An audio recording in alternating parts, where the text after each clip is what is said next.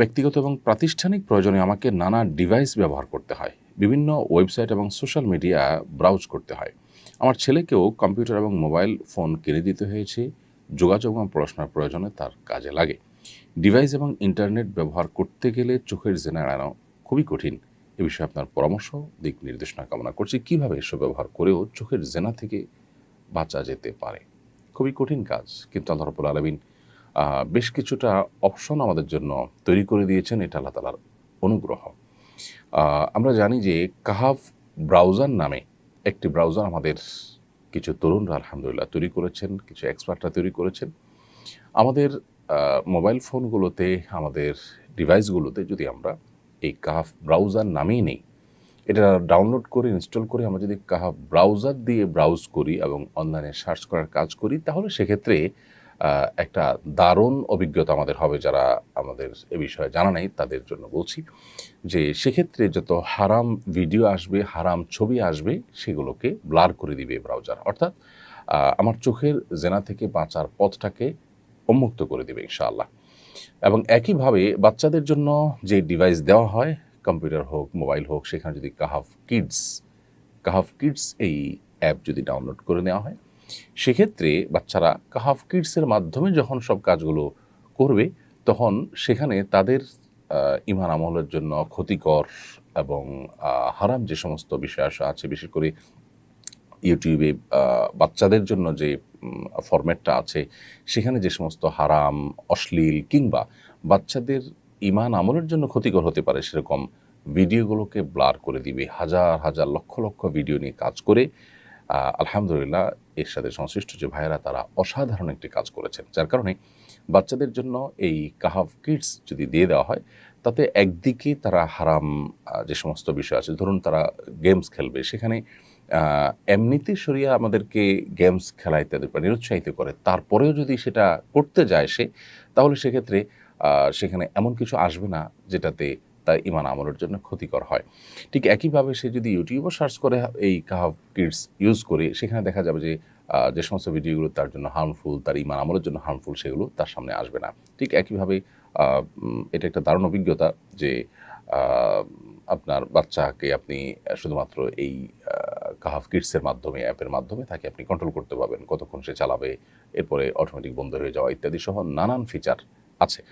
তো এটা আল্লাহ তাআলার একটা বড় অনুগ্রহ যে আমরা বড়রা হই কিংবা শিশুরা, আমাদের যাদের অনলাইন ব্রাউজ করতে হয় এবং এ সমস্ত ডিভাইসে আমাদেরকে কাজ করতে হয়, তারা নিজেদের চোখের জেনা থেকে বাঁচানোর জন্য এক অসাধ্য সাধন করেছেন। এর সাথে সংশ্লিষ্ট ভাইয়েরা, আমি তাদের জন্য মনে প্রাণে দোয়া করি আল্লাহ তাআলা তাদেরকে উত্তম বিনিময় দান করুন। এই সলিউশনটা যেহেতু আল্লাহ তাআলা আমাদের জন্য ব্যবস্থা করে দিয়েছেন, তারা আমার মনে হয় ফরজে কিফায়ার কাজটা করে দিয়েছেন। কারণ আমরা বেশিরভাগ মানুষই যারা আমাদের সোশ্যাল মিডিয়াতে কিংবা অনলাইনে আমাদেরকে ব্রাউজ করতে হয়, তাদের আসলে নিজের চোখের জেনা থেকে বাঁচাটা তাদের জন্য একরকম, পরিপূর্ণভাবে বাঁচাটা একরকম অসম্ভবের মতো কঠিন একটা কাজ হয়ে গেছে।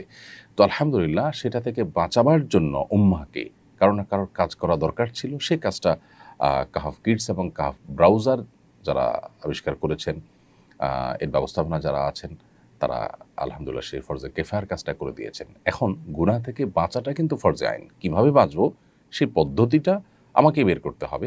সেটা আপনি আমি যে কাহাফ কিডস, কাহাফ ব্রাউজারের কথা বললাম, এর মাধ্যমে করেন, অথবা আত্মনিয়ন্ত্রণ শতভাগ করার মাধ্যমে আপনি করেন, সেটা আপনাকে করতে হবে। আল্লাহ তাআলা আমাদেরকে চোখের জেনা থেকে হেফাজত করুন, আমাদের ঈমান আমলকে হেফাজত করুন, আমাদের শিশুদেরকে ধ্বংসের হাত থেকে রক্ষা করুন। আজকাল ঘরে ঘরে মুসলমানদের ঘরগুলোর থেকে বরকত উঠে গেছে, অকল্যাণ আমাদের মধ্যে ছেয়ে গেছে এবং নানাবিধ রোকিয়া রিলেটেড সমস্যাগুলো, দুষ্ট জিন এবং বদনজর এবং আপনার সেহের ইত্যাদিতে আমরা আক্রান্ত হয়ে যাচ্ছি।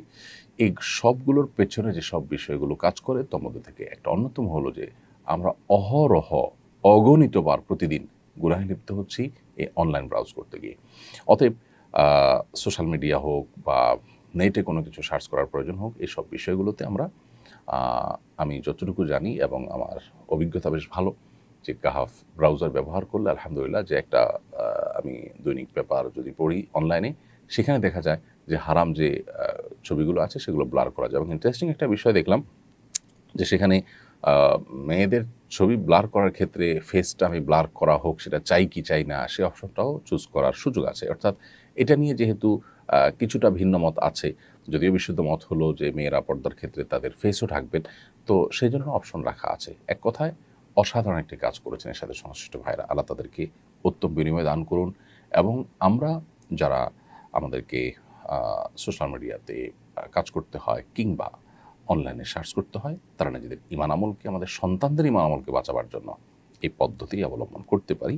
এবং এর পাশাপাশি সবচেয়ে বড় জিনিস যেটা, সেটা হলো যে অভিভাবক হিসাবে আমাদের নিজেদের এবং আমাদের সন্তানদের বাঁচাবার জন্য আমাদের সিরিয়াসনেস থাকাটা জরুরি। এবং যদি কেউ এই অ্যাক্সেস আপনার ব্যবহার না করে অন্য কোনো পদ্ধতিতেও সতর্ক থেকে নিজেকে, নিজের সন্তানকে বাঁচাতে পারেন, তার ফরজ আদায় হয়ে যাবে, গুনাহ থেকে বাঁচার ফরজ আদায় হয়ে যাবে এবং তিনি রক্ষা পাবেন।